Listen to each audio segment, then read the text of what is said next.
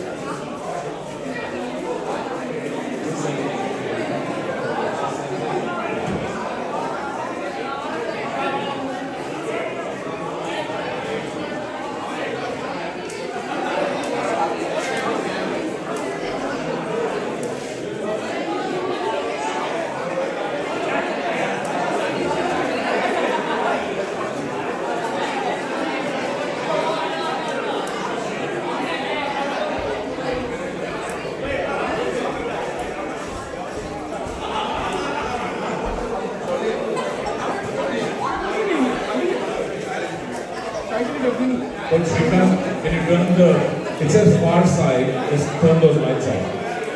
Far side. That's it.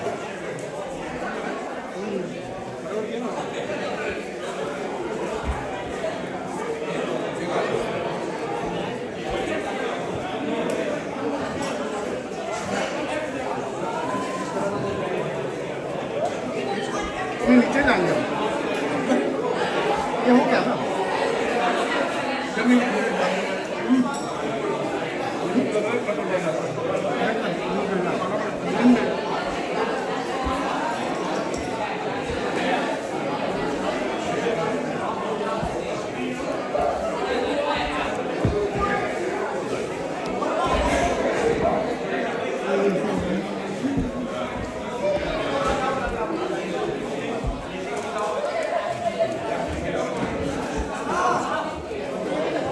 Okay, are we ready?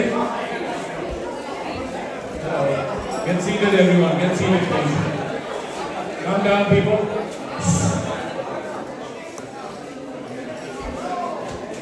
Guys, guys in the middle, guys to the left. Just hang on to it. Don't worry. Okay, can we have absolute quiet, or Jaykant uncle says he'll scream? The difference between yesterday's U11 kids and double wicket kids and you is they sat in neat rows of 15, and I don't know what's going on here. But I guess it's teenage, so I'm good. All right, people in the back, quietly come forward and sit down when you're ready. No rush. I'm just going to take the first 3-4 minutes to kind of give you an aerial perspective of what is being built, because you saw everything. And I have Arvind. Where are you, Arvind? Arvind is the one that drew this. If you remember this.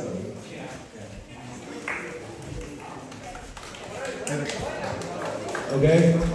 So that's what we saw. The pavilion at the top. The shed we are in is number 1. 2 is for indoor cricket, 3 is for pickleball, 4 is for cricket, 5 is for the house, 6 and 7 are the grounds, right? 8 is the haunted structure there. 9 is for storing soil. We need an entire shed for that. Calm down, people. What's going on? Calm down. Okay.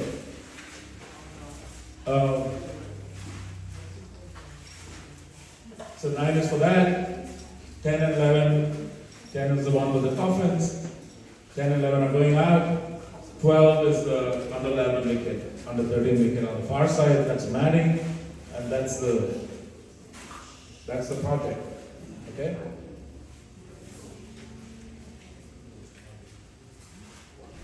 So,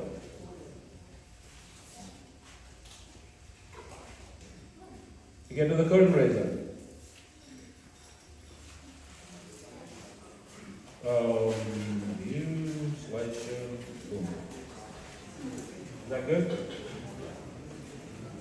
Kind of good. Awesome. Cool. I'm sure many of you have endured the 2-hour curtainaiser that I do every year. Some of you twice in 2 days. These girls here. The girls are here to pitch because they are forming a team. And they need your help. So that's why they came yesterday and they did a great job. They will do today again. But it's important that we kind of, at the start of every season, it's important that at the start of every season we kind of celebrate the season that just went by and then lay out the ground rules for the season that's coming up. So that's why we're here today. And you know, we have 2 special guests. They're observing that you're not behaving. They're actually documenting it. They're documented filmmakers. They won an Oscar. Big round of applause.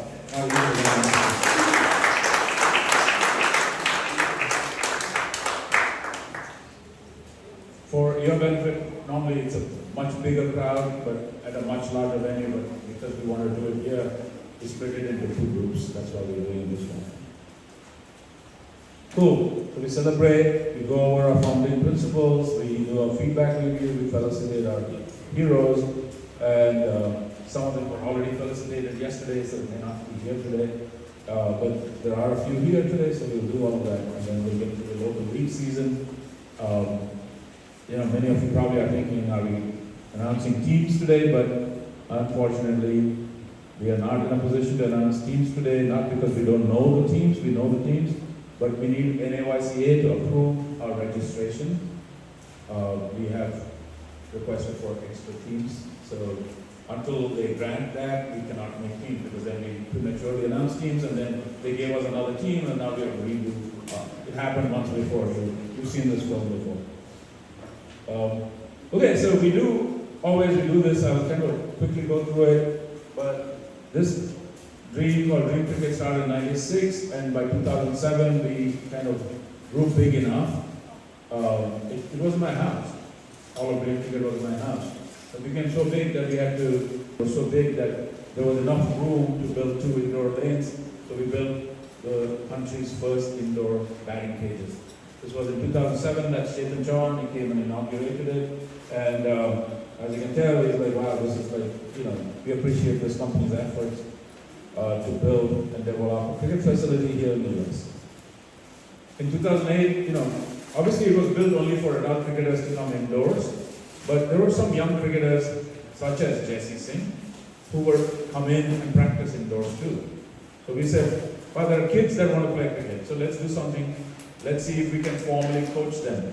So we brought this guy. Who knows who this is? Anyone knows who KBK is? Okay, Bharat Kumar, Tamil Nadu Ranji coach and former Ranji player, very well known. He's also Chris Srikanth's brother-in-law. Okay? He's a personal friend. So he came by and we thought, if we do a camp, first ever proper summer-long camp in New Jersey, priced at $200 for like, I don't know, 8 or 9 weeks. 20 people will show up, 20 kids will show up, 6 showed up. And 4 of them continued through the season. So there were only 4 that we had. So that's how we blew through the first $8,000 of my money. We just, before I knew it, $8,000 was wiped out. But 4 kids got to play cricket in the summer, outdoors. They made this man run like a madman. Only one of them actually continued with cricket. And who can take a guess on who that is? No? There's no side? Huh? Not Jesse? I will give you a clue. It's the one on the left. Who can recognize him? It's not Ray. Huh? No? It's Garanshu. That's Garanshu. First guy I have. You do know Garanshu? He played for US Under 19 and he plays for Somcat? I don't know.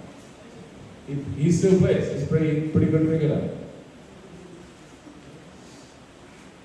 So then we go to the following year. We continue to pour money into training cricketers, young cricketers. We bring Balwinder Sandhu, Sunil Gavaskar. and so on and so forth.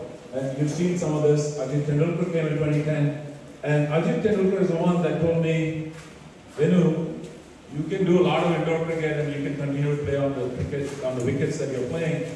But for US, which was at the time in Division 5 of the World Cricket League, for US to actually do well, you need a turf wicket. Without a turf wicket, dead in the water, right? Like there's no hope. So Goldie, you asked me how long has this dream game been alive? That's the day, 2010. From 2010 to now, we've been hoping to have a natural turf wicket of our own. If you came an hour ahead, you would have heard Sai and Jesse wax eloquent about why it's important to have a proper turf wicket and a proper outfield, because you can anticipate the ball better. If you always played on a proper outfield, here the ball stops, right? There you're chasing the ball. It's like a very different game on proper outfield. Same with the pitch. You play on cement, AstroTurf. It's a very different game. Arjun is here, is nodding. He's like just played in India and he's come here. It's just widely different, isn't it, Arjun? So how do we do this? We have to, obviously, it takes years of effort to get to that. But above all, it takes, with 10, 20 kids, I would be incredibly dumb to build a natural turf wicket. With 230 kids, I think I'm still incredibly dumb to build a natural turf wicket, but at least there's hope, right? So and for Julian, come on, bye-bye. Bye. Take care, thanks for coming. Thank you so much. Yeah, please,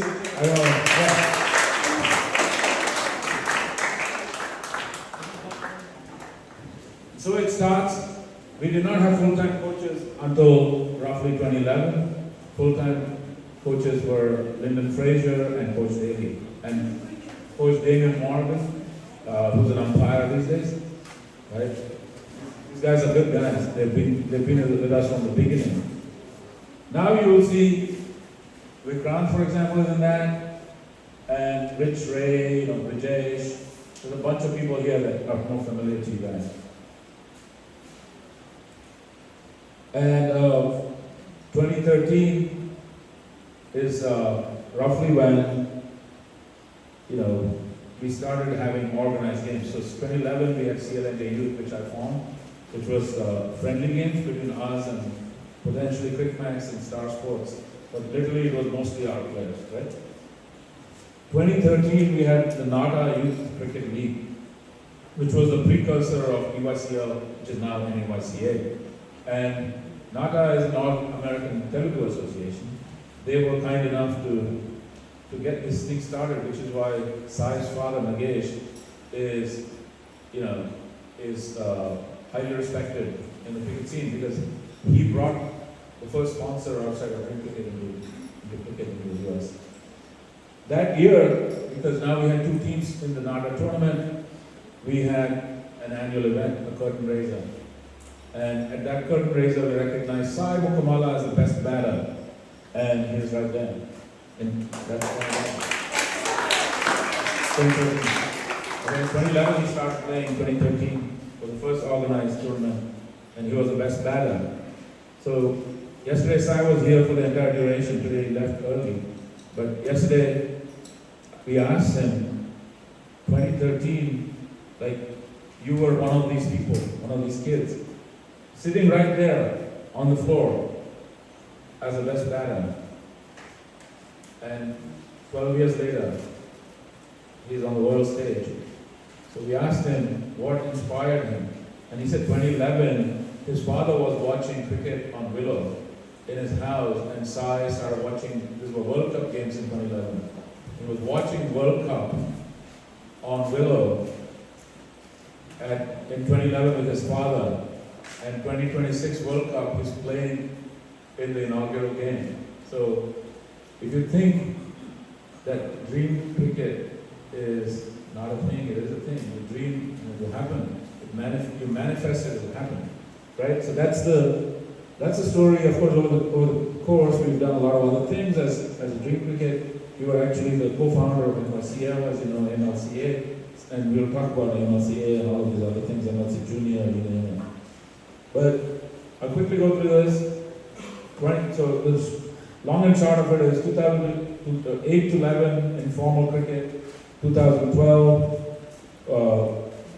at the annual meetup at DreamCricket, he said we should have a team from these boys that plays year round or during the season.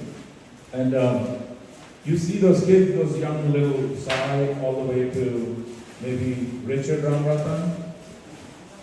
So we had, the youngest was 8 years old, perhaps, and yeah, 8. So Sai was 8. And the oldest was 16. And we made a team and we put them in CLNJ. Okay? That was crazy, but I got special dispensation from CLNJ.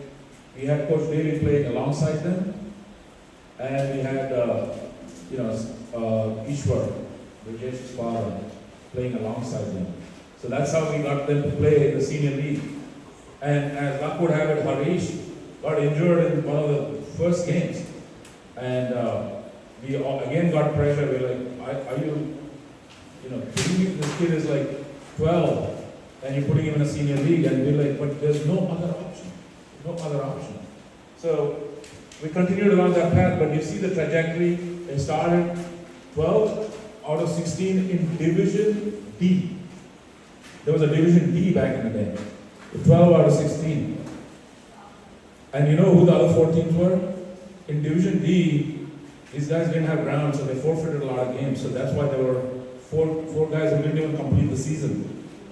So that's how we became 12. But as time progressed, we moved to the Premier Division.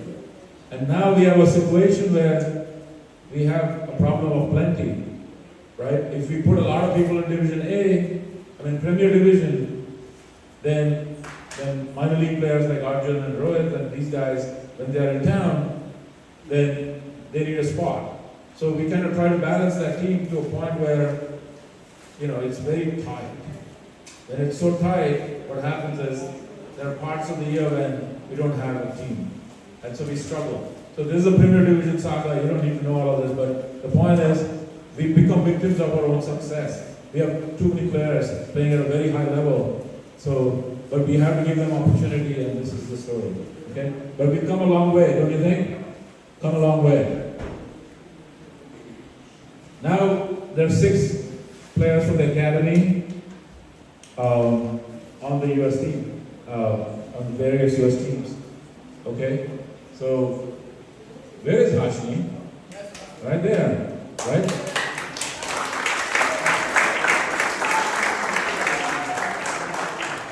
We got, of course, Disha, we got Sai, we got Aditi. And where's Bhakti? That's Bhakti. Where's Bhakti? Well, I don't know. There's actually 7, I think. And last year, we had 3 people from our Stallions and DreamCricket set up on MLC. And as you all know, Jesse was the #1 draft pick last year, right? So, #1 draft pick is no joke, right? One day, hopefully, some of you will get to be that. Coach Stephen is there, and of course, Sai on Texas Super Kings.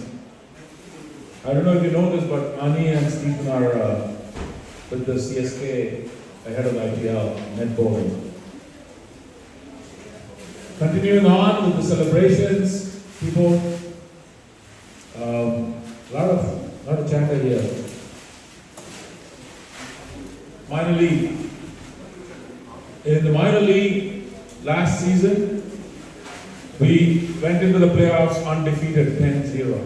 So, big round of applause to the minor league players.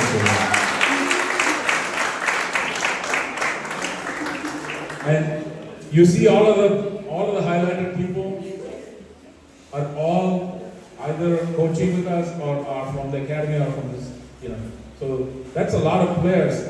People give me a lot of heat because they say CrickMax somehow is preferencing a lot more CrickMax kids, but we try to make it a meritocracy. And these kids made it through the merit system, not through a quota system. Okay?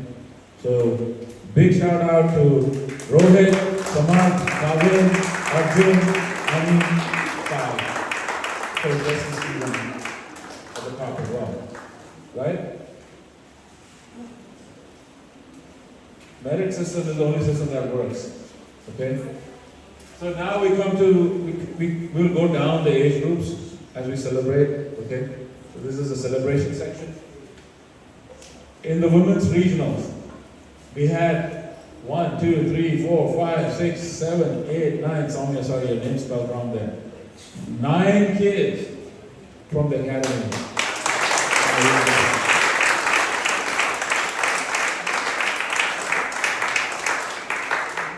That's crazy. And obviously, girls, breaking news, because we are the only program in town, we tend to get a disproportionate allocation on team. But others are wisening up to this, so the competition is going to build over time. Okay? And it's going to be just like the boys' game. I think it's just a matter of time that people, the story of DreamCricket is we start and others emulate, and it will happen. And they will compete, and the competition makes us better, and the life kind of goes on. And if you add the zonals squad, then you have 4 more. Sanjana, Charu, Riya, and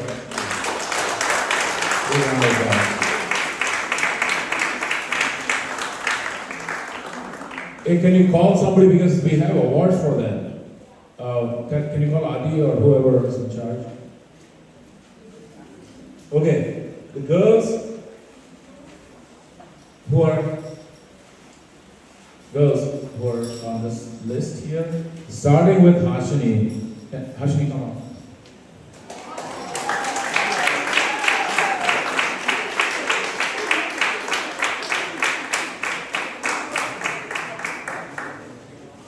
Hey, Adi, what are we giving them? Because I know we already finished up the major league, minor league, so if there are awards that we already skipped over, then we need to go back. Okay. Trophies. Do you have something? Okay, bring that out first. Okay, minor league as well. Cool. All right. Coach Shrikant. Up here, please.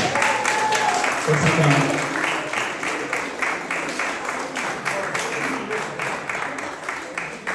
Come here, please. Come here. Yes. Folks, take pictures.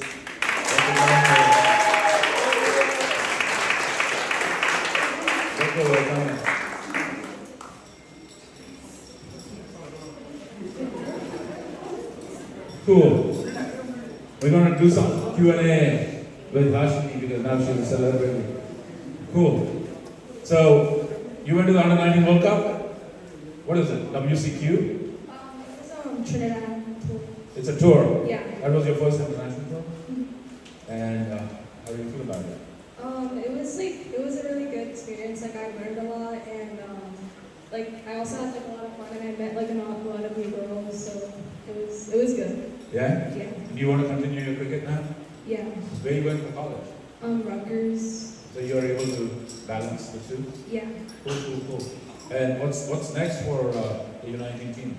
The 2027 World Cup's coming up in January, so that's what we're prepping for. Okay, and you'll still be age eligible in 27 January? Yeah. Awesome. And your spot is pretty much assured? Hopefully. Okay. Is there a nationals this year? Yeah, there is. I heard another alumna from DreamCricket also on the regional squad going to the nationals. Potentially. Is Aparna on it? Yeah, for nationals and she's. Oh wait, no, she aged out actually. Oh, she aged out of 1 Yeah. Okay. Who else is going with you? For the nationals? From here, maybe Sonia. Oh, you think so? Yeah. Okay. She announced it. Cool. And I hope that happens. Is that a wish or is that a reality? She was on the squad, but the ones that like don't travel, like a non-travel squad. So like Okay, so for like the bench. yeah. Reserve. Got Yeah, it. she was reserve. Yeah. for Okay, internationals. got it. Well, congratulations. So, I just found out, man. That's great. So tell me, so you're a batter, right? And you got a century in the zonals? No. What did you get? You were the best batter in one of the games. In one of the tournaments. For Nika. Nine? Yeah. Oh, okay. I just got a 50, I think. So. You got a 50? Yeah. Oh, wow. And in Trinidad, did you do anything with the bat? My first game I got ducked, but then the second game I scored 21. 21 is good. And was that a 50 over game or a 20 over game? It was 20. Okay, 40 over game. 20. 20 over Yeah. game. Oh, that's not, well, that's awesome. Yeah. How many, 21 off how many balls? I think like 41. 40 balls? Yeah. Okay. Oh, that's going to get better. Oh, that's good. Cool. So, first of all, guys, I don't know if you know this, but Hashini, you know, like she was one of the early ones. She came with Harish. Where's Harish? There you are. Yeah. The early birds, if you want to call them that, I don't know, the first cohort of girls, they all came with their siblings.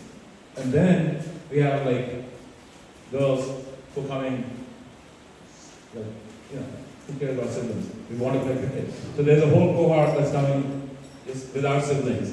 Right? You know, there's a sibling cohort and then there's a non-sibling cohort. But they showed the way, they paved the way.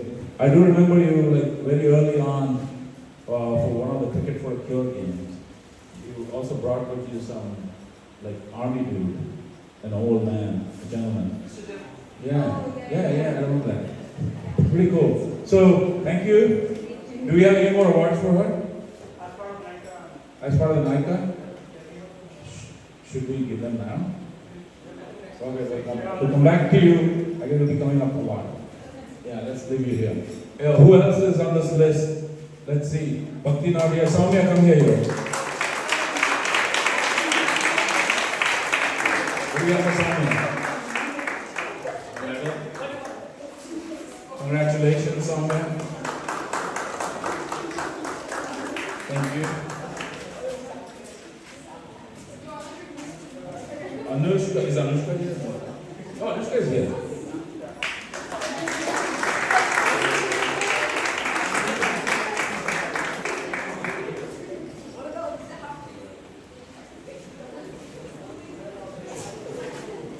Is Anushri here?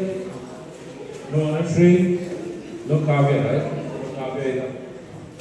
Sanj?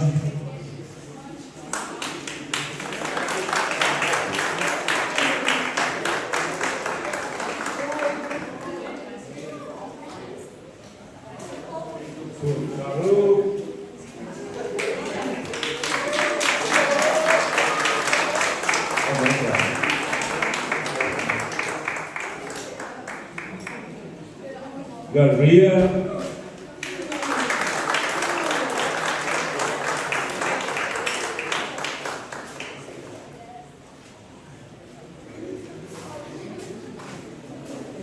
And Vaishu.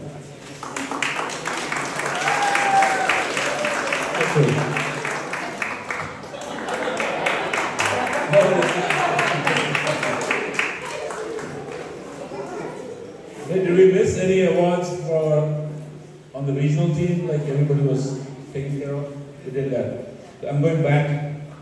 Who do we have here? Arjun, can you come up?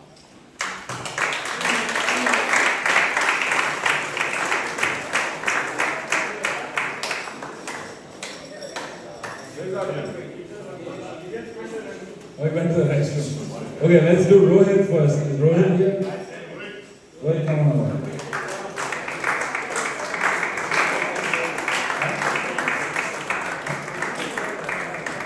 Coach Rohit, come here. Arjun's also here. Congratulations, Rohit. Cool.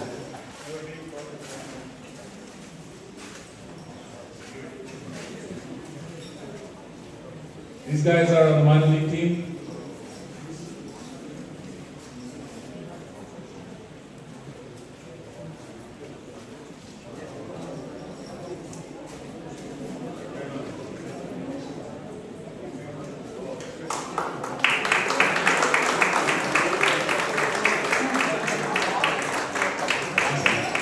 Arjun, why don't you come here and go and say a little. Grab the mic. Cool. Now let's talk about you. How was the minor league season? I think it was a learning experience for me, to be honest. I've been playing minor league for the last 5 years, and I think last season I got a different perspective of minor league. I was kind of riding the bench a little bit more last season as compared to others, but honestly watching like Sanju Samson in the World Cup also, I realized that I shouldn't demoralize me. I should keep working on my craft, and I should always believe in my own abilities. And given the chance, when I do get that chance, I should be able to perform. And it was also exciting. I had my brother with me for the first season, so seeing him play minor league with me was exciting as well. And then yeah, looking forward to the next season. That's cool. But yeah, big round of applause. You also graduated this year? Yeah. And I'm sure a lot of parents are curious, like, so what's the plan? Is this going to be your plan A, cricket? Trying to balance both right now. I've been balancing my whole life with my studies and my cricket. I just went to India for training for 3 months. But now I'm trying to balance, trying to get a job right now, and then hopefully get into the major leagues. And I feel like if I do get into the major leagues, then I could maybe take cricket a little bit more seriously. But I don't think minor league is enough for me to pursue a career in terms of like just cricket. But if I do get into the camps and there is hope with 1-2 good performances in minor league, hopefully I can play for US one day as well. That's awesome. That's awesome.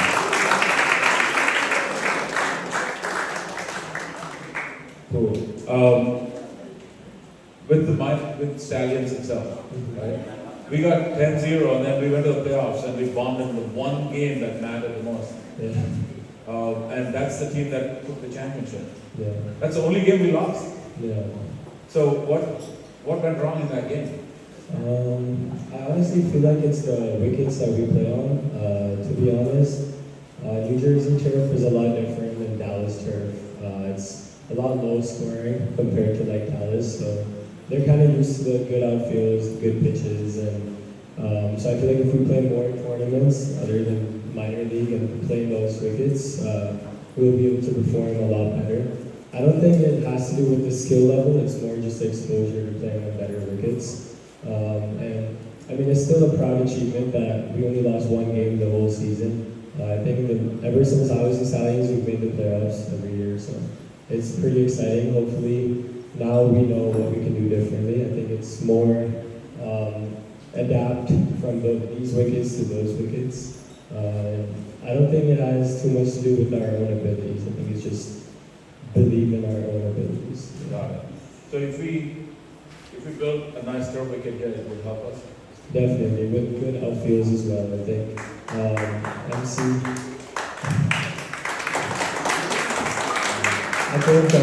MCP, it has some potential, but it's still not up to the level that most minor league teams play on.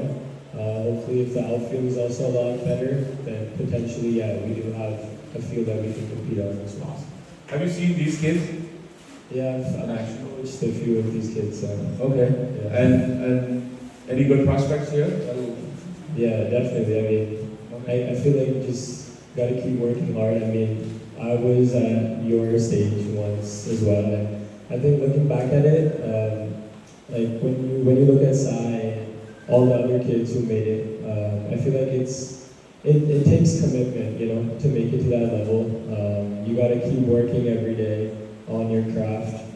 Maybe youth cricket, you guys are dominating, but when you get to the next level, there's going to be 100 people who play just like you. So it's honestly more just working hard and believing in your abilities. It also takes, you know, opportunities. So don't lose faith if you don't make it into, you know, U19. U19 is not the end of the world. You can still make it after that as well. And I think we have good coaches now. We have a lot of established coaches. So I do believe that with this infrastructure, a lot more kids can move to the US. That's awesome. Two things I'll say here, right? First of all, I didn't lead him to this answer, but it just so happens that this turf wicket thing is such a big handicap for us. And whether or not that was the reason, Raj actually became an investor in this project, so big applause for Raj as well. And we were just talking about it. I'm like, Arjun's already kind of, inflected, and he's playing minor league, but Raj's investment probably may not have helped Arjun because Arjun's already in minor leagues, but it'll help you. So he's invested in your future in a way, and that money would have gone to Arjun. It's a lot of money. So, so thank you, Raj, for taking Arjun's money and putting them in their pocket. Putting it in my pocket. Second thing I wanted to say is, we started a program called the Future Stallions program. Okay, this was a way for we started it once before, but now we're doing it with more intent and purpose, and it's by invitation. And if you are part of that program, and it's only for people of a certain age, but if you're in that program, then Prasad, the talent scout for Stallions, the Stallions players, Jesse, Stephen, that's the group you practice with. And obviously it's not free because there's a cost to any program, but there are some future Stallions here in this group. So all the future Stallions, please step up and come here.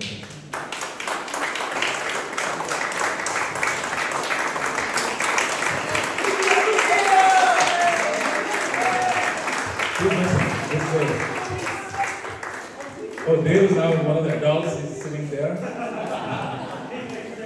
He's like, I'm 16. Why don't you stand with the Stallions? Come here, come on this side. Come on this side. Let's do a quick one. Cool. Anyone take a photo? Can you, yeah. Can you kind of come to the center? Why are you like avoiding me? I don't have to hold it on.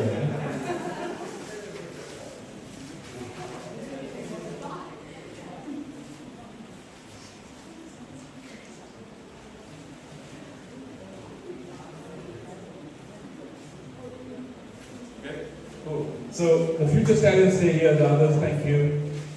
Rohit, good luck. Keep going, man. Alright. Rohit won the bench most of the time, right? But yeah, just keep at it. Alright, thank you. Alright, who wants to talk about the future Stallions program? One of you, just hold the mic. Senior guy, where's the mic? Arjun, you. Alright, cool. So, have you attended a lot of sessions? Yeah, I've attended most of the sessions. Most of the sessions? Yeah. And how do you like it? It's good. Yeah, it's fun.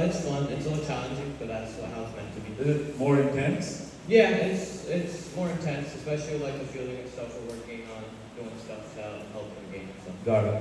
And should we keep it by invitation or should we just allow it for everybody?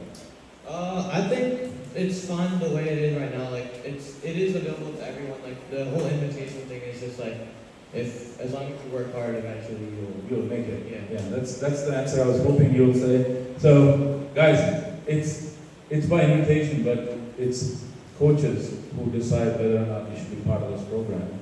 And it's not, it's intentional, right? Because once you get into that program, then you're committing to a lifetime of cricket.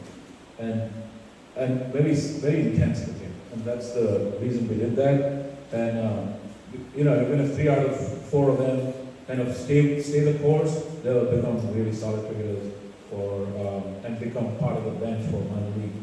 Now, I think a good time. Thank you guys. So a good time to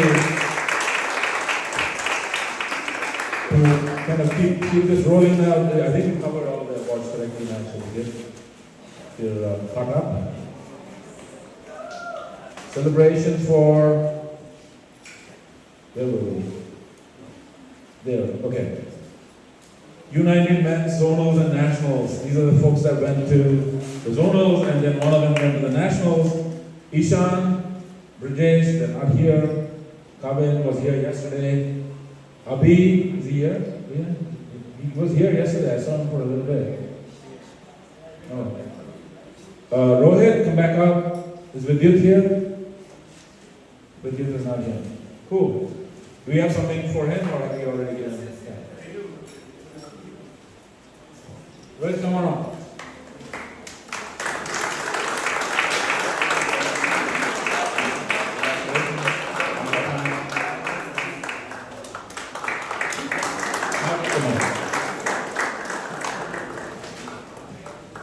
So as you can tell, okay, and if you see this list, other than, I guess, Rajesh and Vidyut, most of them, are, I think Vidyut also came for Stallions practice just for a tryout yesterday. So it's not like there's no mystery. How you make the future Stallions is through like performing, right? So Rohit, why don't we talk to you? How was the nationals? I mean the regionals, right? You were on the regional team, and how did it go? Yeah, I mean, it was great playing at Albany on the first wickets there. It was definitely a learning experience.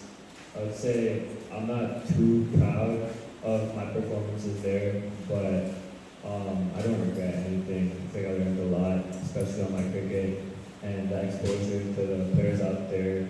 So seeing where I stand was good.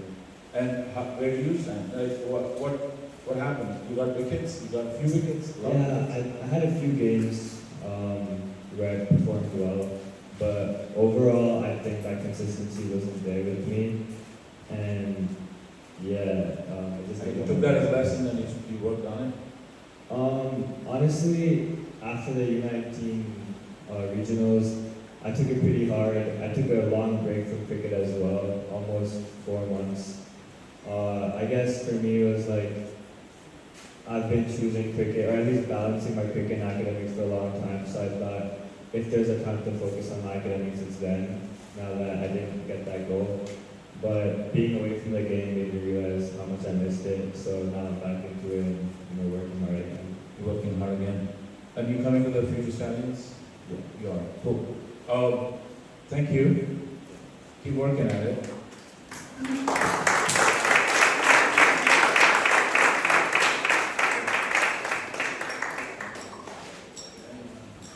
But so, one thing I want to say was, Kavit Ji, I don't know if you know the story, but he got injured just before the under-19 national. And one of our brightest prospects, of course. And he played 2 games despite his injury, because they didn't do a yo-yo for him until 2 games had completed. And he got a 147 in one of those games. Then they did the yo-yo, and then he got kind of disqualified for his injury. So, cricket is unforgiving. You could get injured at the wrong moment. A lot of things can go on. Like if you were here this morning, Jesse was talking about how hard it was for him to always dream about playing World Cup in India, and then 2 days before the first game against India at Wankhede, he got injured and then sat out the entire tournament. So, it makes you tougher, I think. It makes you tougher. So if you think about it longer term, like it's a roller coaster ride, and it makes you tough. Cool. Now we get to U15 girls. Let's go. These are the girls that went to the U15 nationals: Sanju, Netra, Ria, and Manju.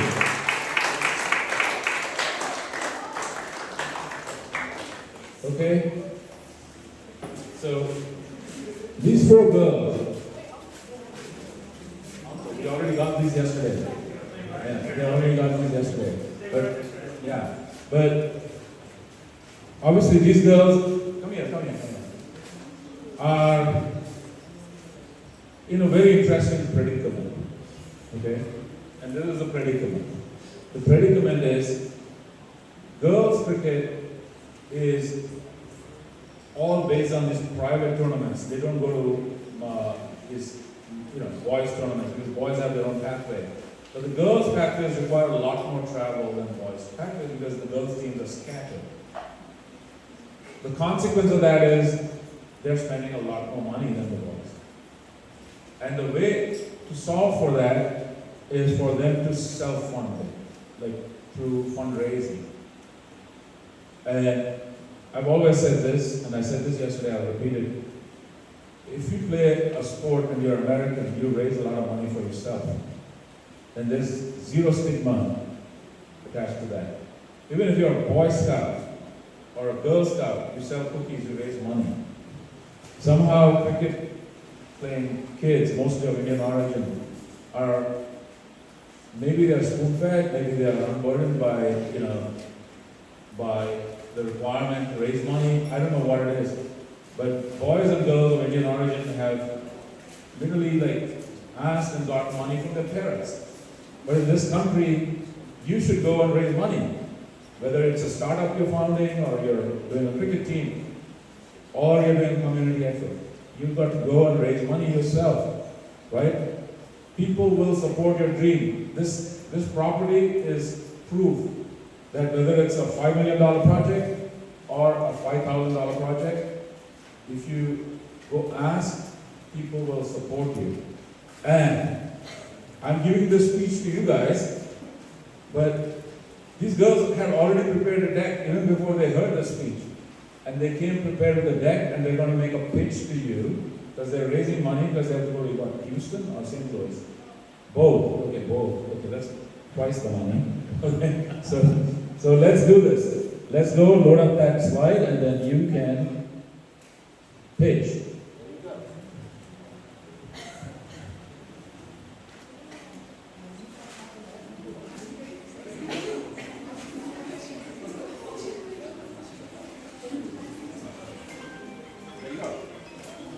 Hey guys, so today we're just going to be addressing some things about DreamCricket Dragons and things that are happening. Hi everyone, I hope we're having a very nice evening. But we wanted to talk about some of the things that the girls have done in the past season and share a few of our highlights before we get in. Last season we played 2 big tournaments, one in Houston and one in Virginia, where we made it to runners-up in both. All girls played well with the bat and ball and got some key performer awards too. We're really thankful for DreamCricket for helping us play these tournaments. We were really excited for the season to come. But however, without funding and sponsors, we've not been able to play as a DreamCricket franchise for these tournaments, which is because of this. Many girls are not getting the opportunity that they deserve, many of our younger girls. So to help, we need DreamCricket's families' help to raise money for this and try to get us the best help to get us sponsors and be able to get a franchise so we can have not just a couple people play through tournaments and get picked, but play as a whole. Okay, to start off, I want to talk about a very special guy who has not only devoted much of his time for us, but has inspired us along our journey, our one and only Van Uncle.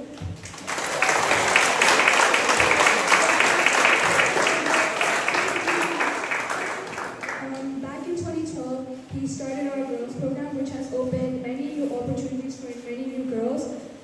In addition to that, he also introduced free Monday girls practice sessions and made U.S. women cricket thrive under the U.S. DreamCricket is one of the only academies to have an all-girls team, and he also started a Cricket for Cure Awareness initiative, which helped many patients, and by doing that, he hosted a girls versus boys match, which raised a lot of money.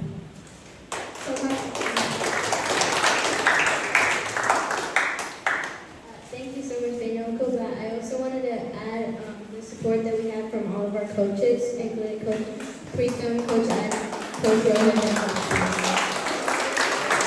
and also our newly coach in the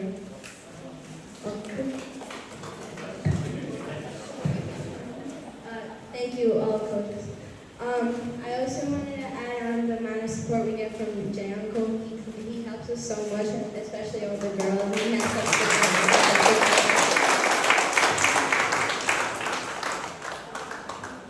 And one more person that I want to thank a lot was Army Auntie. She hosted a girls tournament, and it was really special. Thank you so much.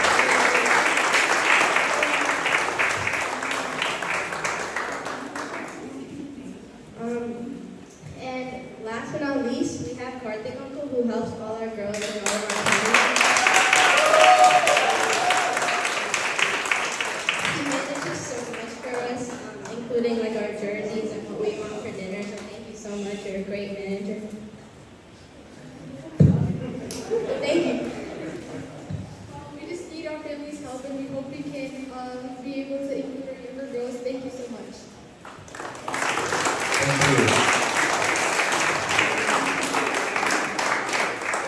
very awkward pitch. Let me summarize it for you. If you all donate $100 each, they can go to Houston and St. Louis. That's all. So that's the summary. Please be generous. Let them go play because these girls are making us proud, right? Especially the moms. Please support them. Cool. And I know some of you like in leadership roles at companies, CSR money is easy when it comes to girls initiatives. So if you have CSR pools in your company, corporate social responsibility pools, I think it's easier to find support for initiatives that support girls. And if you need a 501c3, we can find one for that. Cool. We'll go back to the Curtainaiser. Oh, where?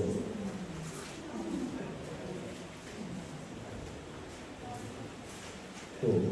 Did that. There we go. Now we get to the girls team in NAYCA. In the women's tournament that Urmi started. And Urmi, come on. Auntie, come up. How proud are we that Aditi is the captain of the USA women's team?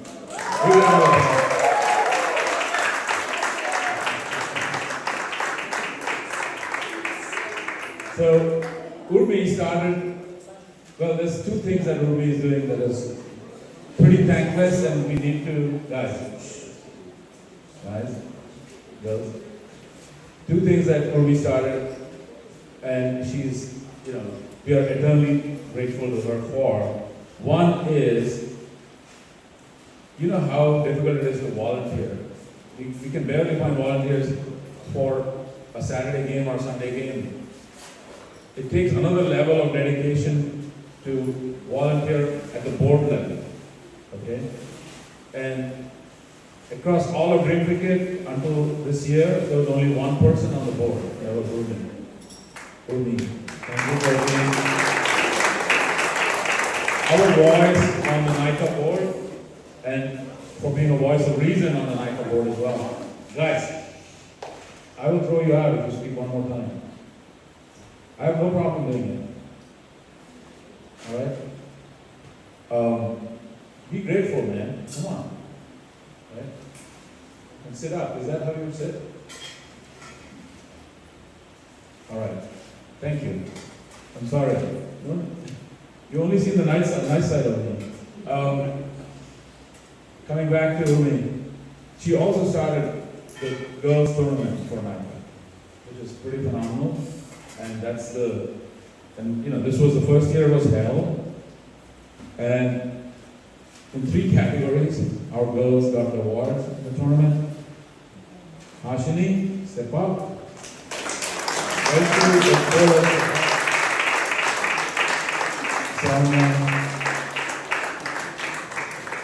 I got your name spelled right here, see? Okay. And Urmi, you should give them the words. Let me go there.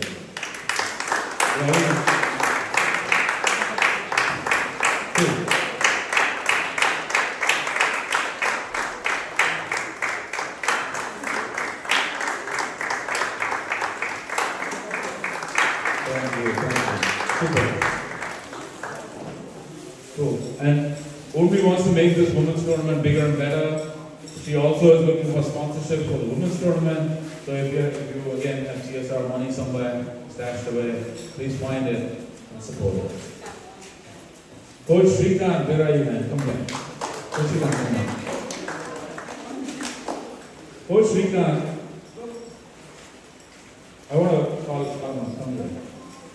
Tell us a little bit about the women's tournament. Come here, let's move the mic. Read. Call him. Yeah, there you go. Okay, so Coach Srikanth, very quickly, you've seen women play in India, I'm assuming. In fact, I think Coach Rohit's sister played for India, right? Okay, Coach Rohit's sister played for India. And you've seen the girls here. What's the gap? So main thing here they'll get only 2 days practice. So in India, it will be like all age groups will practice every day. So that is a bit different. So the fitness, I mean, here we are not focusing on the Indian fitness, on fielding. So the main focus is on batting and bowling. The cricket is not about batting and bowling, it's all about fitness and fielding. That they need to focus on. And you're working on that? Yeah. How about more days of practice? Are they starting to come more often? Like anything changing there? Or? So I see like nowadays few age groups, they want to do only fielding instead of batting and bowling. I'm seeing that improvement now. That's good. That's good. That's good. So you heard that. Well, a lot more practice, a lot more fielding. Thank you, Coach Shrikant. Here, Karthik, like, are the biggest supporter of the girls program today. They're just the backbone of the program. Cool. Now let's get to U15 nationals. Okay, let's get Raghav is not here. Ishan not here. Shaurya, come on. Aryan? Yeah. In the nationals? Oh, you got that mess. Really? You messed that up? Oh. Agriya, Aryan. You not play nationals? You were the reserves? You played regionals. Was Bihan in the nationals or regionals? You were regionals. Okay. So but Aryan was in the nationals, but he's not here today? Yeah. Where's Aryan? He's not here. Oh. Cool. Okay, so grab the mic. Shaurya, dude. What's happening? Have you been practicing regularly? Yeah, not as much now. Why? I have a lot of school stuff. And so what happens? It's really hard to balance cricket and school together. So you're giving up on cricket or you're going to try No, and bring it back? I'm still practicing 2 people on 2. But I'm not practicing as much as I used to in preseason. Got it. So would you want to continue with cricket at the same level? Yeah. And you're going to try and find time? Yeah, I mean, coming March and coming April, my schedule's going to become a lot clearer. I'm going to have a lot more time for cricket. So I'm going to practice a lot more, focus on national for me. Got it. And the nationals, you get runs? I didn't get as much of that. Okay. What happened? Um, Where did you play the nationals? We played in Harlem Years. In Atlanta. But you got opportunities to that? Yeah. At the top? Okay. Okay. So, and you raced out of 15? Yeah. Okay. Cool. So, U18 next, right? I'm 19. No, yeah, it's going to be U18 this year, so something like that. Cool. You want to go for the World Cup? Yeah, for sure. Okay. That's good. Well, big round of applause. Thank you.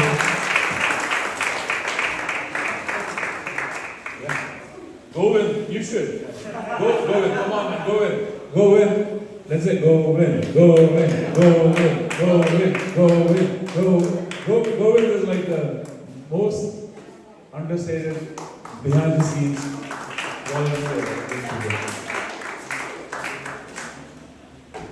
Now here we celebrate all of the other players who also made the zonals or regionals. I don't know why it's called zonals, dude. Not, yeah.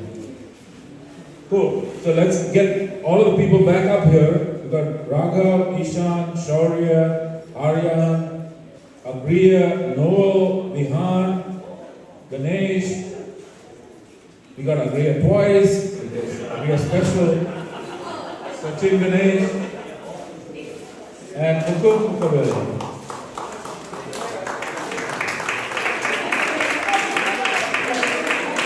Did we miss something? You got everyone.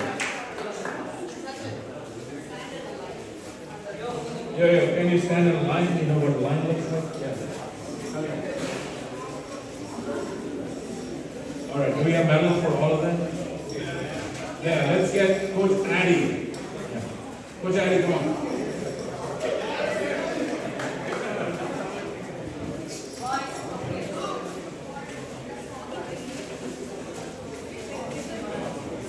Behind that.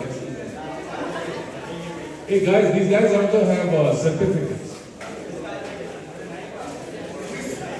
No, they're actually for your certificate. Okay. These are DreamCricket awards.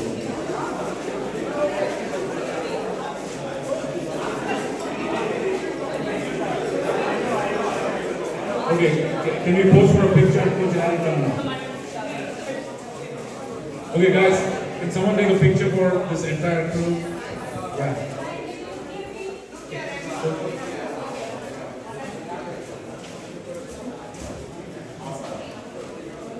Guys, there must be certificates with your names on them, so you can go there and collect them on the way out. Yeah. Thank you.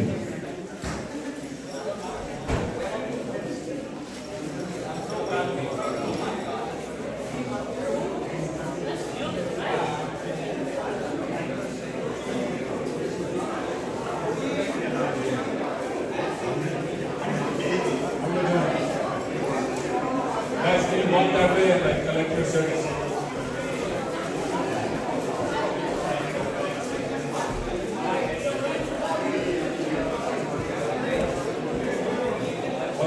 While that's going on, Harish, step up.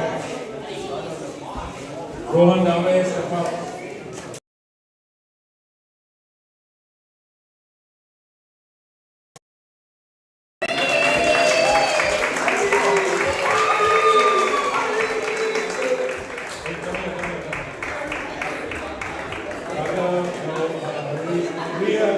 Behind.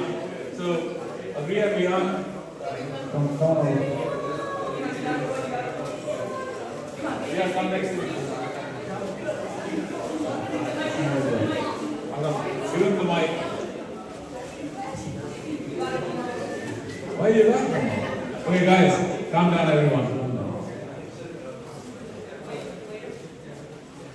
Cool. Vihan, best fielder. How many catches did you take? I'm not sure.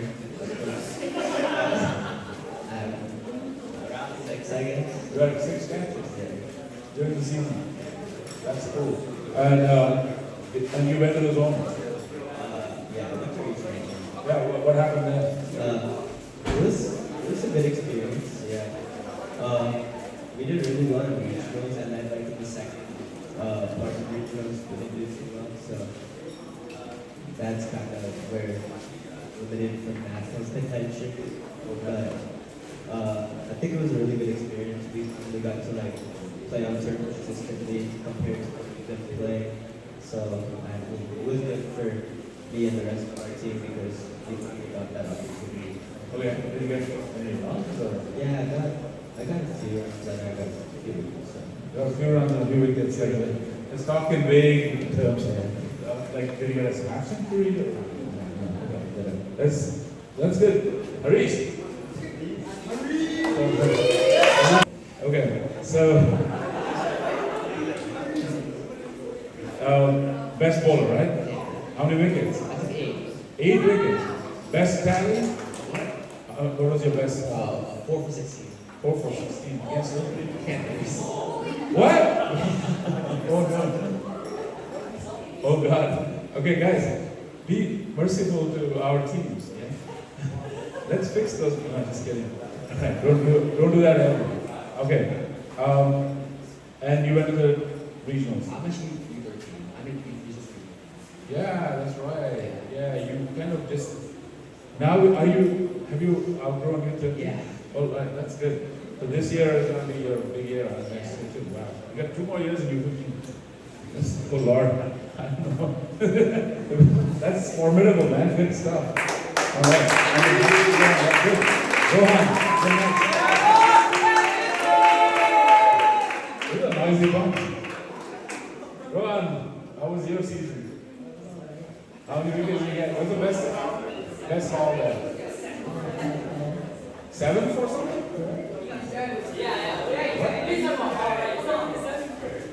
You got a 7? Against who? Oh, really? Oh, wow. Against who? Against Baltimore. That's a good team. That day they had a bad day? You had a great day. That's fascinating. How many wickets did you get in the season? You don't know anything. Who's advocating for this boy to make the teams? Have you aged out of U13? No, you're U15 proper. Okay, that's good. Well, awesome. Agreed. All right. What have you been up to, man? Most agreeable guy. How was your season? I think it was good. A lot of stumpings, catches. You had wickets. Cool. What's the? Do you know the total? Yeah. Okay. Breaking news to all the players. Please maintain your stats. Use an app if you need to, or Google Sheets if you need to. Because a lot of the times, the way USA Cricket works is you'll be out of the reckoning for mysterious reasons. And then that's the day you'll be burning midnight oil to create your resume. And then you'll be asking Venu uncle to go to the USA Cricket guys and show them the resume. And they're like, wow, really? Like this has happened repeatedly every year, right? Like there are people nodding in the back. If you don't even know, if somebody asks, just make up a number, but at least have a number ready. Okay? And just say, I don't know. Okay? That's cool. Who's next? Bihan. We got Bihan. Yeah, we got Bihan. Well, yeah, that's the list, right? We got through this list. Awesome. Who's next? Let's see what the next thing is. Yeah. You got a award for them. Okay, let's give out the awards.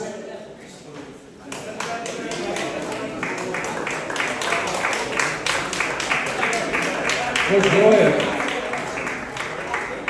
Coach Rohit? Coach Rohit will hand out the awards here.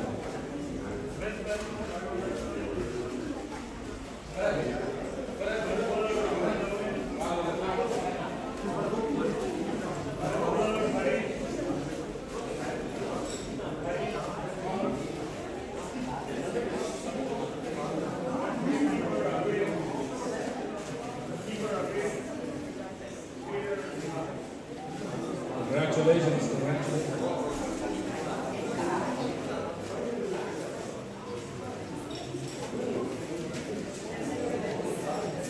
Cool.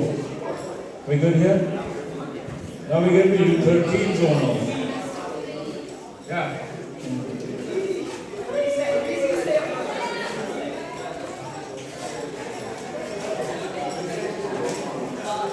Litesh was here yesterday. Harish used to stay.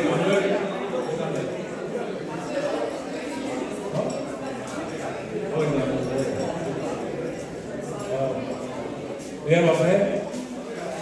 Alright, Abhay is here. And Nicholas is no longer with the academy.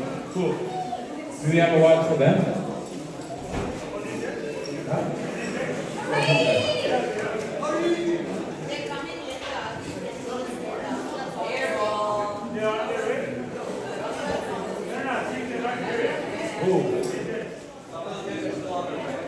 Only Angad is. We'll call Angad up later. Let's go through this because we need to. Yeah. Cool. Abhay. Get in the mic, right? Get the mic. Alright. What have you been doing off season, Abhay?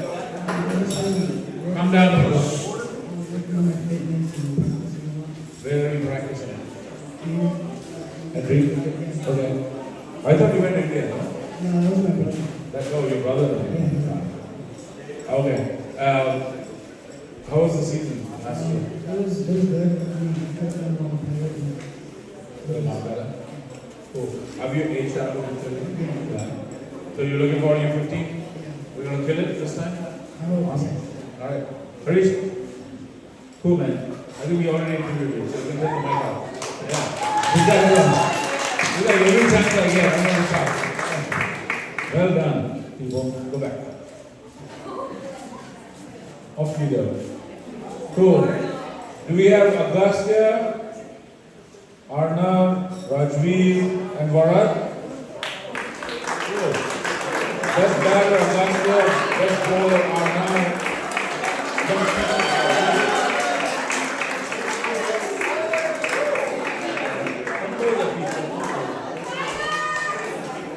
Yeah. Come closer to me, come closer to me. Awesome. Okay, guys, get the mic. Arnav, yeah, I know you're good with the mic. Let's do this. Okay, let's get Coach Madan to give these awards, please. Coach Madan, come. So, Arnav, tell us, how was the season last year? Yeah, it was good, but there was obviously room for improvement. So, Room for improvement. yeah. Wow. Is there room for improvement on your parents' side or on your side? Mostly on my side. Mostly on my side. That's good. So how many wickets did you get totally? For the U13 season, I got, I think, 19 in the summer season, and about like 6 in the fall season. Yeah, So you probably were the highest wicket taker then. yeah. Oh wow. Number one.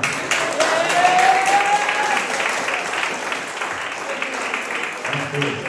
And U15, you got a bunch of wickets there, I said. 9? I think, yeah. Yeah. So you're going to kill it in U15 this year, and you got 2 years in U15. Yep. That's insane. Awesome. Well, good luck. Thank you. Hey, you're going to give you a award. Be a nice one.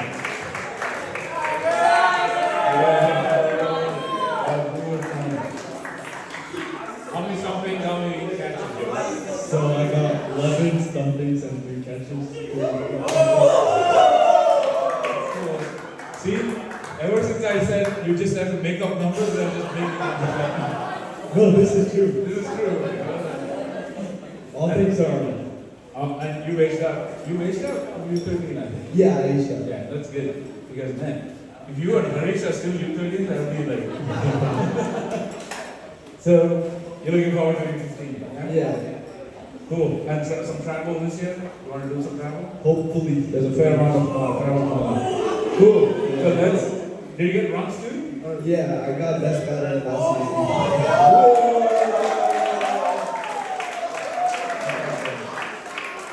Good stuff.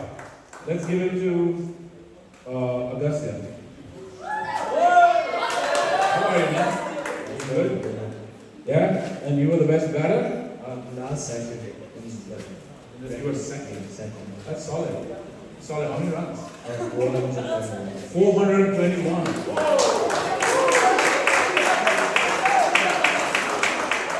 A century here and there? 1 century against whom? I think Rising Star. Rising Stars. Okay. You don't seem very happy with that century. New York, yeah. That's good. And you got any 50s? About 2 50s. Wow, that's awesome.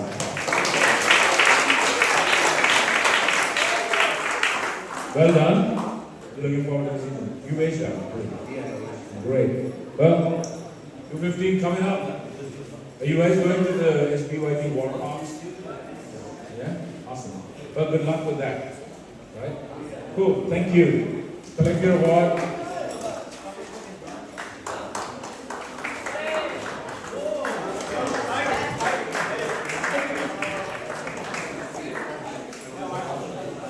Amgar is here.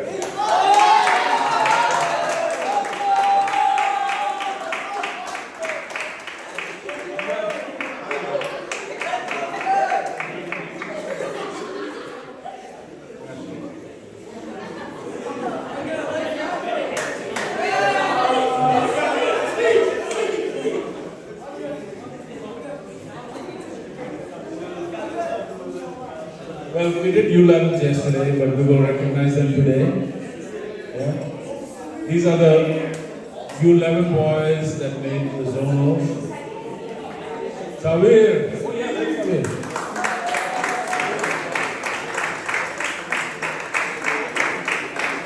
Sabir for U11 zonal. Yeah, how are you doing? Yeah, I get it. Let's get Sabir's award. We hit it yesterday. Sabir's like worried.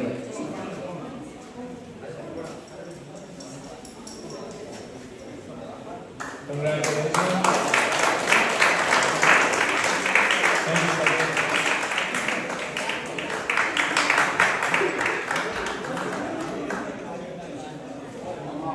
There's a bunch of awards on the U11 side. I think Savir, you get 2 more awards. Why don't you come up again? Best batter and best bowler.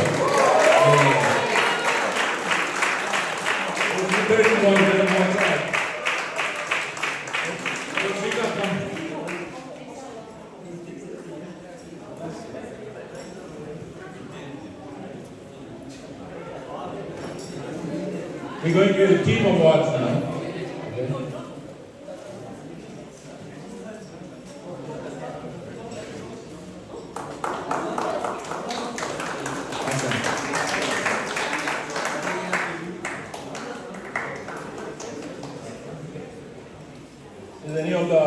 Is anyone here from this list?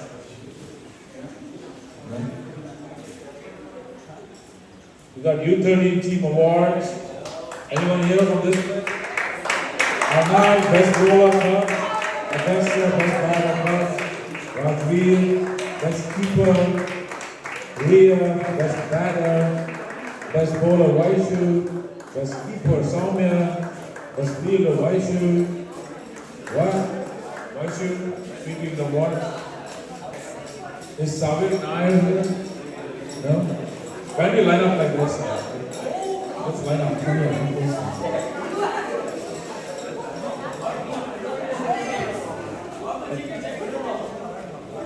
Where is Arpan? Arpan, best fielder, super duper. Have you covered everyone? You got everyone. Big round of applause for these people. All these kids.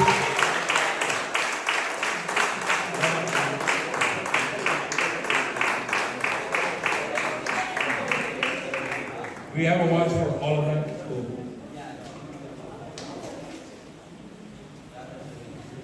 Hey, where's the U15 team awards?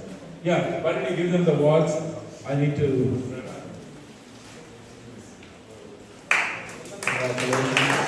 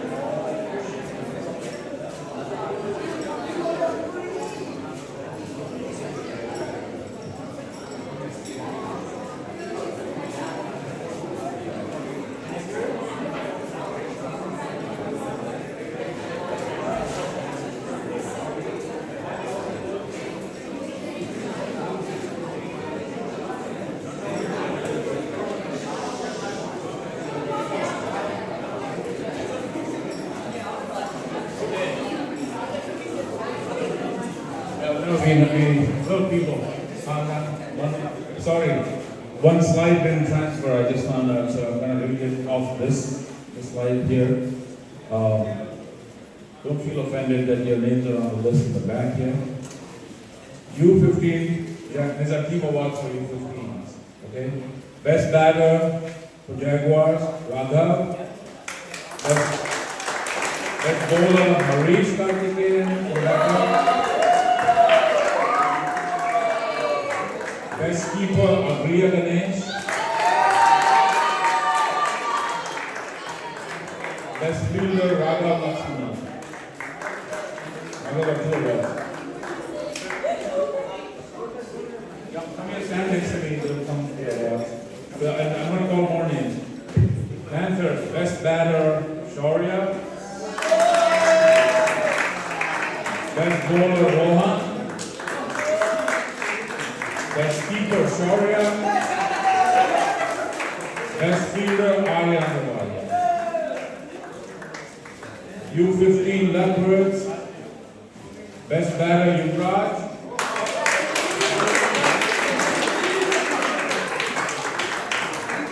Best bowler, Romeo. Best keeper, Rajveer. Best fielder, Amay Balsar. U15 Pumas. Best batter, Rehan. Best bowler, Krishna. Best keeper, Rehan again. Best fielder, Nick Kartik Raja. Who's not here. So that's the list of U15 league awards. Okay? So let's give them all their awards. Give a round of applause.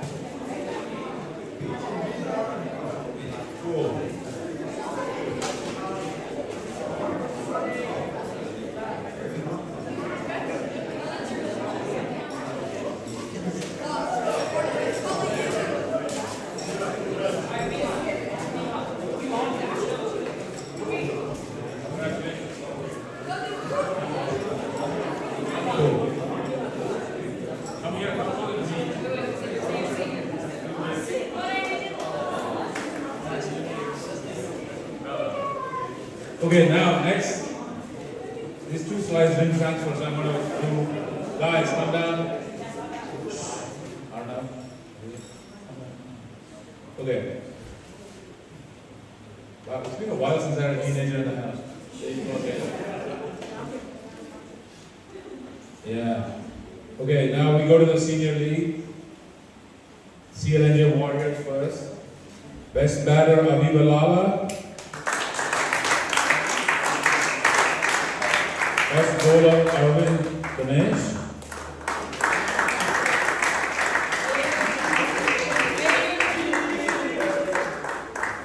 AMG. Best keeper, Arvind Jaikan. Best fielder, Vihan Singhania. One more time.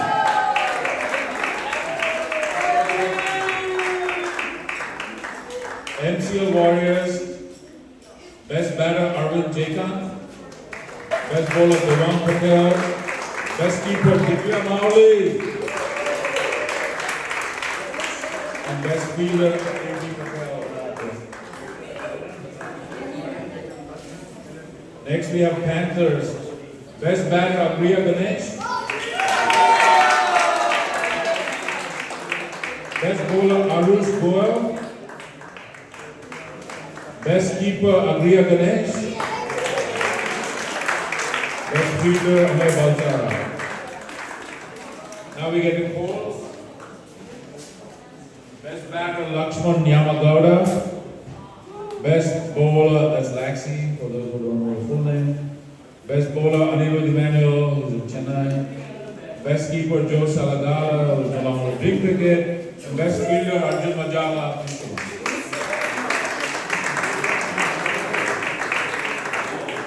MCL Sparks Warriors. Best batter, Arjun Majala. Best bowler, Ali Work. Best keeper, Kavin. And best fielder, Arjun Majala again. These are the award winners in the league.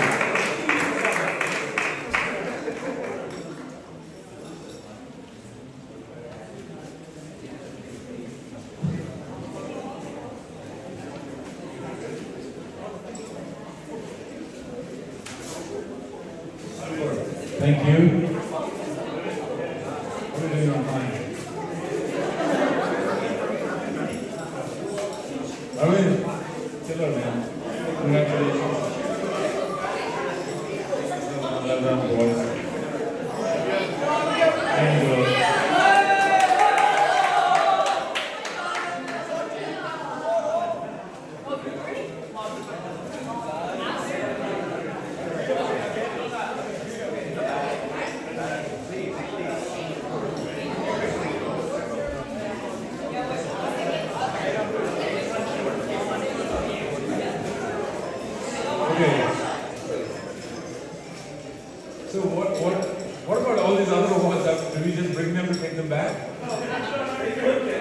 How about these big trophies? What are they for? The ones we won, but we're not lifting them here.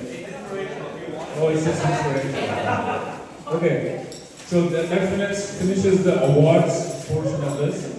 Now we go to the community spirit. Okay, folks. Very disappointing attendance at the Cricket for a Cure this year. However, we got it done. I think I could count like the number of people for the first time. It was like under 50 at this. However, we raised $7,000 and we crossed 100,000.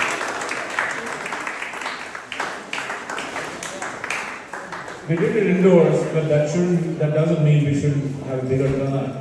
And this should really rally the community. And guys,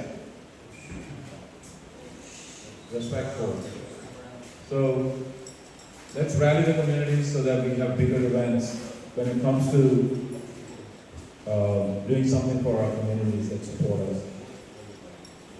Now we come to the business end of the evening. We're going to talk about some founding principles, especially I'm worried in this corner, and I want to reinforce this. There's a lot of teasing and taunting going on. Unless you want to have Venu to do another 3-hour session on bullying, anti-bullying, I want you to behave. And listen, this is a serious issue. It's happened again last season. I don't understand this. Kids should not, at this age, be deriving any sinister pleasure from bullying other kids. It's as simple as that. But it continues to happen season after season. And sadly, the parents are like, my kid would never do that. And sadly, your kid doesn't. So it's on you to train them so that they are better citizens and better ambassadors of DreamCricket. And please, Sai was here yesterday, and we had Sai come up when I was doing this particular slide. Have you ever seen Sai Makamala sledge? Has he ever bullied or taunted anybody? There is the answer. You don't need to be that person that bullies and taunts people. And you could be Sai Makamala, right? So be that person that you will achieve greatness by just having your cricket bat and your cricket ball perform. Okay? Not your mouths. Cool. So, yeah, I keep it mysterious because I don't want to reveal names, but we got to stop that. 2, bad language. Okay? This is a complaint I get a lot. Bad language, we will not tolerate it. If anybody tells me that somebody used foul language, okay, but while at a cricket game, heat of the moment apparently is the cause. I've grown up, man. Until 21, I didn't even use any bad language. After 21, I don't justify it, but I sometimes do. But there's no need for it. You'll do fine without it. Improve your vocabulary with better words. Okay? So, bad language, no. Opportunities. This is for parents. My son didn't get an opportunity. Arjun was here a little while ago and talked about Sanju Samson. Right? Opportunities over a longer course of time, you will get opportunities. But if you measure opportunities within 3 games and then you get all frustrated, I ask you to find another sport. Because cricket, if the top order finishes the game, 3 games in a row, you're not going to get batting. So if you're mentally okay for that outcome, why are you not okay with being a 12th man? You should be okay, right? The coaches do keep track of who's got what opportunities, and they will figure it out. They'll rotate. They'll figure out a way. So opportunities I mean, most of the complaints I get are about opportunities, sadly. Not, my son did not get to bat, my son did not get to field, my son did not get the ball. All these things. Spirit over win at all costs. I've emphasized this every year. I will do it one more time. Marketing is a no-no at DreamCricket. First time, it's a warning. Second time, sure, go for it. Okay? First, warnings, next, go for it. You know, it's an important game. It's the last over. It's like, you know, I don't care, man. Like, build character. Okay? Because that win, you won't remember it.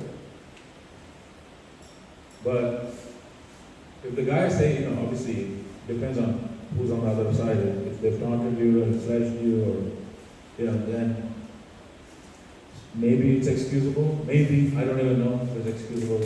I would never do it. Right? Just like if there was $20 lying here, I would not take it. Okay? To me, marketing is that.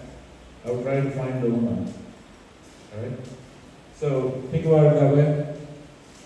Third is, we always, obviously, I made a joke, I was a volunteer at the NICA Awards, and literally every runner-up trophy has DreamCricket's name on it. Every winner's trophy has Max's name on it. And I was like, just, Trey was opening the trophies with me.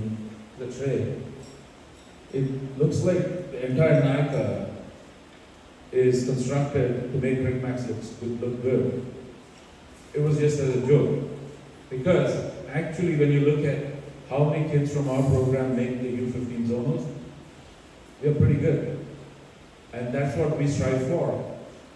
Now, in that process, if we can also take the winning trophy, I would love for that to happen. And I think you should all strive for it, because we have pretty strong teams.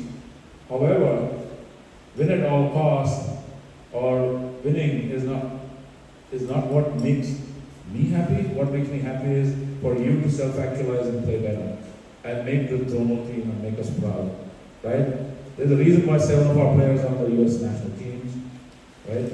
Perhaps we never lifted a winner trophy, but we still got there. Okay?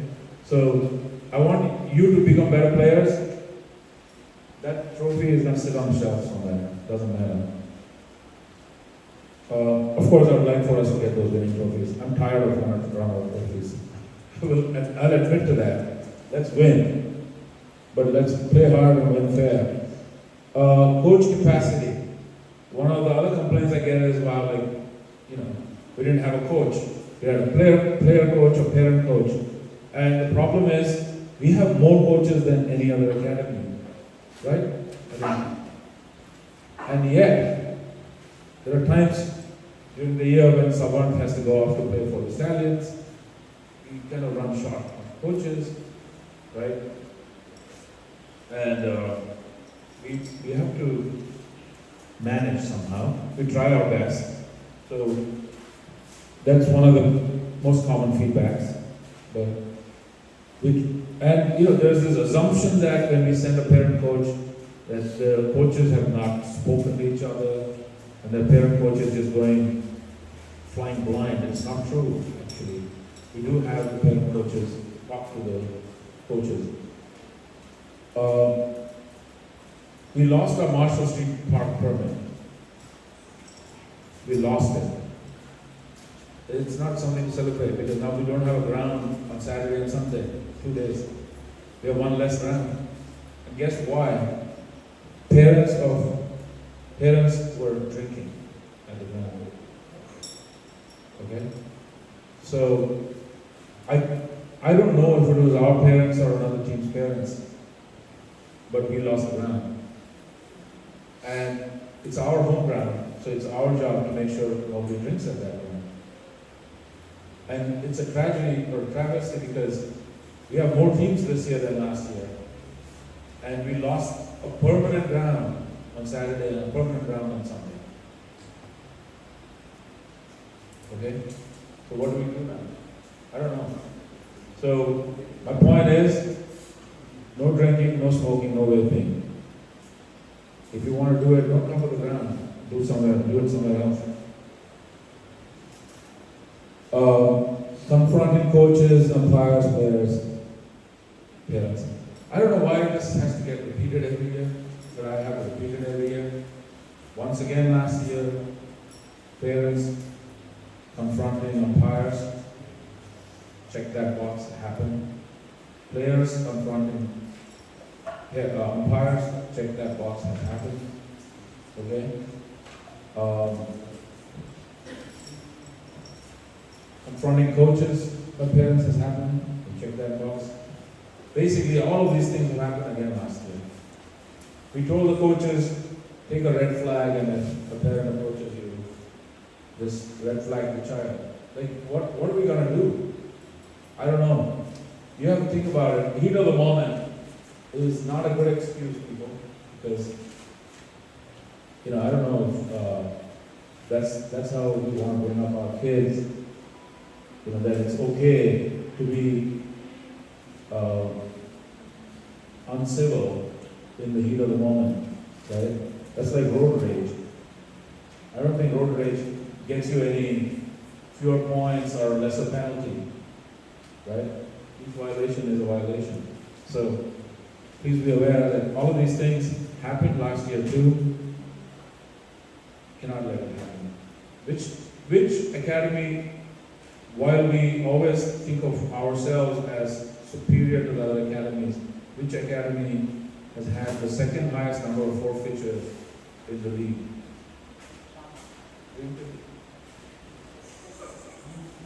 Yeah. It's sad. We should not be doing that. Why does it happen? A lot of times it's because we didn't agree with the umpire, or we thought that the ground was playable, the umpire said it was not playable, or vice versa. Leave the umpiring problems to the umpiring coordinator. And luckily for us, this year, the umpiring coordinator is amongst us.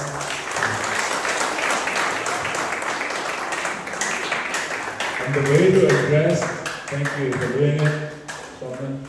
The way to address any grievances with the umpires is not to get mad with the umpires, or even to get mad with the umpiring coordinator. It's just to write up a report that we can send to him, and he will review it, he will investigate it. Okay? But if you take issue with the umpire, trust me, he's going to cite you for a lot more no balls than you deserve, and he's going to deny you a few LBWs. So it's not what you want to do. Never argue with the umpire. And same goes for parents too. Same goes for parents. Volunteering at the grounds.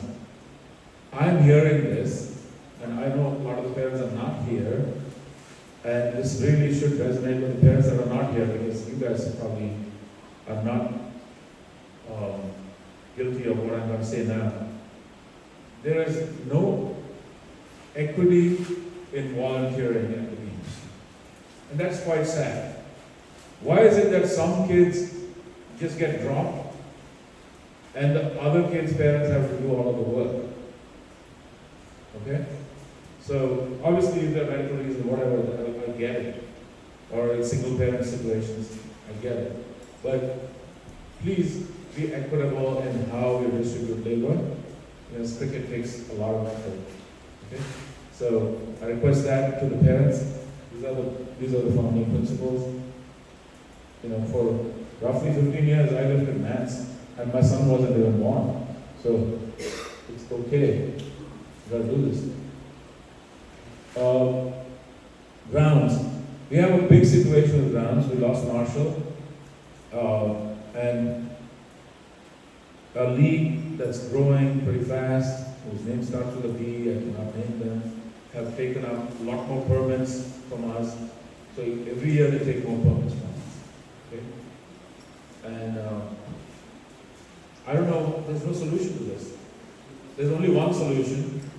That league is an activist league, and we are not activists enough. Right? I've been, between jobs for the last 3 months, so I had a little more time to go and sit with townships and so on. But I can't be doing everything.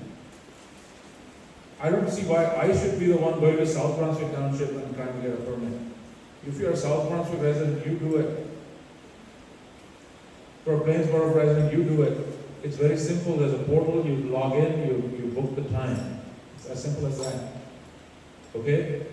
Now, they will not give you the permits just because you apply, but it gets you a conversation, and then you go and you make a representation. And every township is building cricket grounds, but we don't have a seat at the table. And I think it's because the parents are not activist enough, and the activist leagues are getting those permits. As simple as that. And now where are we? We don't have permits this year. Not enough. If the league were to start next week, first 4 games we will not be playing. On a Saturday. On Sunday, because of Marshall, maybe 2 games. This is the problem. And we actually have 3 more teams this year than last year. So how are we going to deal with this? I have no idea. Which is why I'm thinking, okay, let's rush and make a ground here, but like it's not a solution to the problem. We're going to have a shoddy ground. So this is a real challenge. I asked the parents to literally, here's what I did last week. You'll laugh, and my mom thinks, this is a complete waste of time, and I didn't get educated to do this. But this is what I did. I went into Central Jersey, Google Map, and I went square inch by square inch to see if there are baseball fields that are overgrown or cricket fields, and then I went and found the names of the parks, looked for permit applications and filed permits. Okay?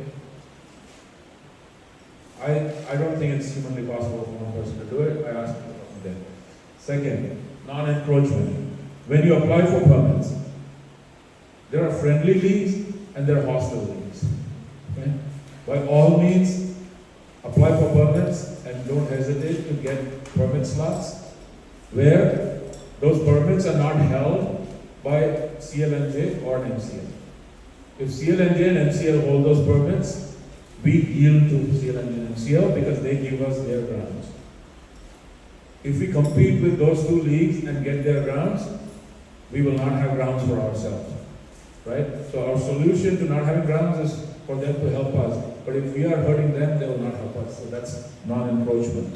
Only CLNJ and MCL we have this way. The others don't help us anyway, so we should go fight for our own. Cool. Rain. Rain played a huge role in the selection window games last year. It will continue to play a role this year too. Rain's not going away, guys. So, selection windows exist, they need to be expanded, I agree, but every opportunity you have to make it count. If you really got one opportunity and you didn't make it count, that's the life we live in this country. Okay, so you can blame rain, but really you have yourself to blame when you get that opportunity and you didn't convert it. Okay?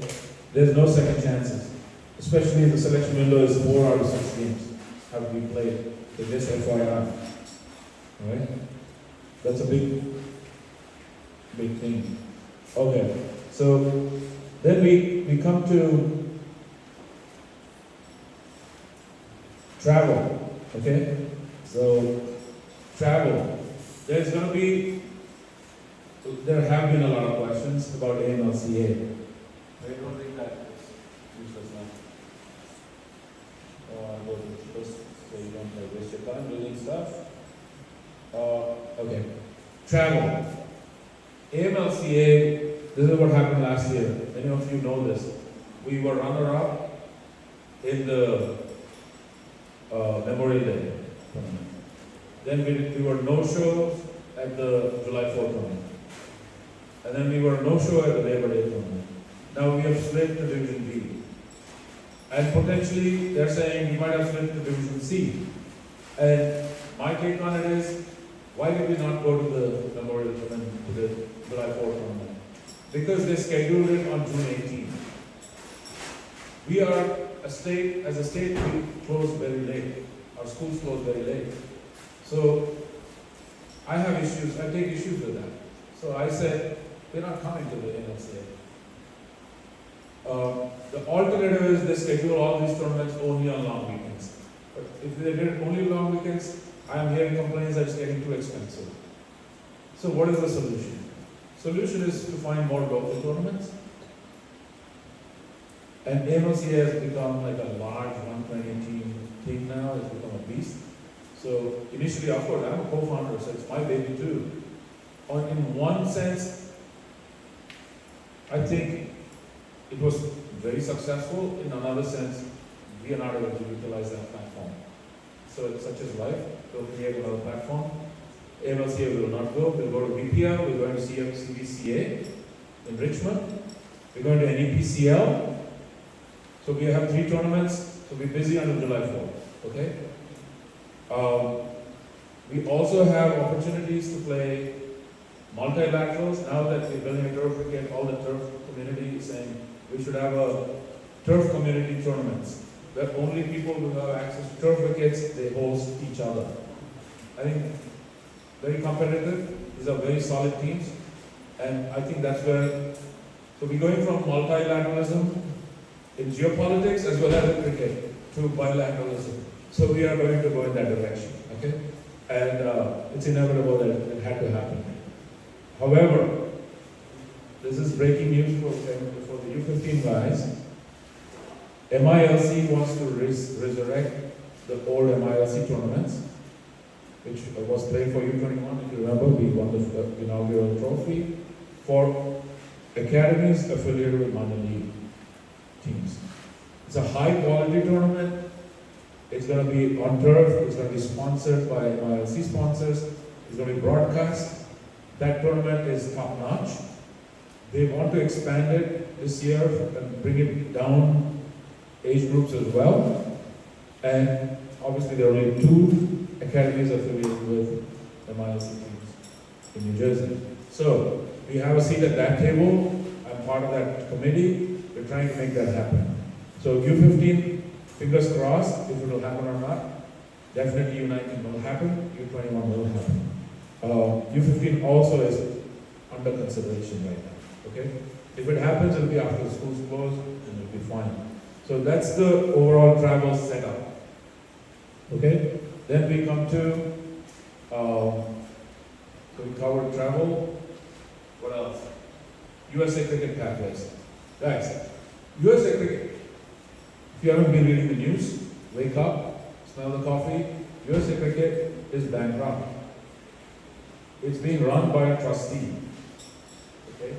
The trustee probably has not played cricket, is just understanding the scene. USA Cricket pathway is entirely fictitious this year. It's a bunch of volunteers across the country trying to stand up a pathway. Okay? I think it's a good idea to continue because it's a good thing. However, there were some bad parts to that pathway. For example, U11 kids should continue to play and enjoy the game. To put statistical pressure on a U11 kid is nonsensical. So I am asking that we should not have 2 season selection window games for U11. U11 goes out. U13 too, I feel. Anyway, there was no nationals for U13. There was a regional perhaps. I feel like U13 also, that pressure is not necessary. Let them play hard. Let them play local. Let's have 1 season. I don't know how that turns out. It's at the board. So hopefully you'll advocate for a continual U13 season. And then we get to U15. U15, I think it's important to know where people are situated because they're getting closer to U19 now. So, my request is for U15, if we are going to have limited resources, it's going to be a voluntary effort, and we are going to have to construct a pathway in the absence of USA Cricket, then let's do it for U15 and above only, because it's our money that's going to fund this, and let's make the best use of it. So that's U15. U17 will have some weekday leagues, like last year, and U19 pathway is another problem I had with USA Cricket always. It was always top down. We did not have a voice. They figured out who the selectors would be, they figured out who the coaches would be, they figured out. I'm like, then what are we doing here? Oh, well, we need your ground venue, right? They played on Pine Grove. I don't think they ever paid. ever. USA Cricket, by the way, has used our resources for years now and has never paid us. Never once. Okay? So this is USA Cricket. We might be doing a US under 19 pathway. And if we do it, we need to make sure that it's done bottom up and not top down. So that's also with you, because I think they're standing up like a council of wise men, and that's USA pathway. Like we need to like make sure our voices are heard. At least now let's get this right, because anytime it's top down, we've had the same issue. 3 years suspension, 3 years suspension, 3 years bankruptcy, 3 years suspension. Right? If we step up and we volunteer and we become, we engineer the boards and direct the boards and shape the future, there is a future, otherwise there's no future. So this is USA pathway. Now I'll take questions. I know it's been a long evening, but we've covered a lot. We also got to see the property. Do you have any questions for me? When do you expect to know more about the 19 and 15 titles? Okay, so here's where we are on that. The previous regime had appointed some operating committee. Can we stop the recording on this?